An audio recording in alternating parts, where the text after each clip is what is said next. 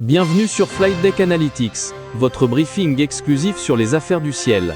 Depuis plus d'un demi-siècle, un avion a régné sur les aéroports du monde. Il n'est pas le plus grand, mais c'est le plus emblématique. Voici la reine des cieux, le Boeing 747. Aujourd'hui sur Flight Deck Analytics, nous décortiquons ces trois vies. Il a démocratisé les voyages, il a transporté l'impensable et il est devenu le poste de commandement volant le plus puissant du monde. Préparez-vous à entrer dans la légende, car voici l'histoire du 747, un avion qui refuse de prendre sa retraite. La première vie du 747, c'est celle de la gloire. Au début des années 70, il était surnommé le Jumbo Jet. Imaginez, c'était le premier avion à proposer un salon, un vrai bar, juste derrière le cockpit, dans la fameuse bosse de l'avion. Il a rendu le vol longue distance accessible à la classe moyenne. Voler de Paris à New York n'était plus un luxe réservé à quelques-uns, c'était une possibilité. Mais son heure de gloire comme transporteur de passagers touche à sa fin. Les avions bimoteurs modernes, comme le Boeing 777 ou l'Airbus A350, sont plus économiques en carburant.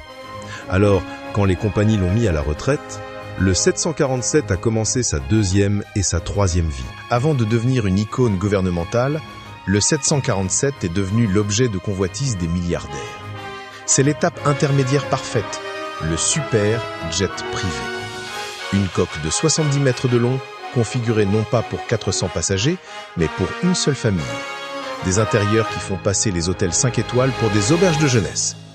Nous parlons de salles de bain en marbre, de chambres à coucher complètes, de bureaux de direction et de salles de cinéma. C'est l'aménagement luxueux et les capacités opérationnelles de ce 747 Business Jet qui ont attiré le client le plus exigeant de tous. Ce niveau de luxe et cette autonomie sont la base du rôle le plus important du 747, le centre de commandement des États-Unis. Sous le nom de code militaire VC-25A, il devient Air Force One. Ce n'est pas un simple jet privé. Il s'agit d'un bunker volant, capable de résister à une impulsion électromagnétique et de rester en l'air pendant des jours grâce au ravitaillement au vol. L'aménagement intérieur est conçu pour la sécurité et la communication, pas seulement pour le confort. Et ce n'est pas le seul. Le 747 a aussi été adapté en E-4B, l'avion du jour du jugement dernier, conçu pour assurer le commandement en cas de catastrophe nucléaire. Si le 747 est immortel, c'est grâce à sa troisième et dernière vie, le camion du ciel. Seul le 747 possède cette capacité de transporter des objets hors normes grâce à son nez articulé. Imaginez devoir transporter le moteur de rechange d'un autre avion ou les rotors d'une éolienne. Il n'y a pas d'autre avion civil qui puisse le faire aussi facilement.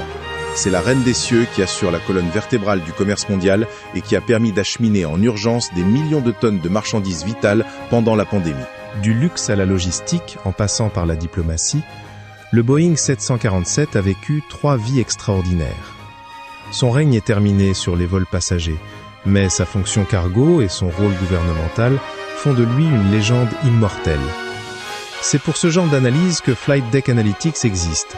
Si ce voyage dans les 3 vies de la reine des cieux vous a plu, abonnez-vous et dites-nous en commentaire quel avion souhaitez-vous que nous décortiquions ensuite.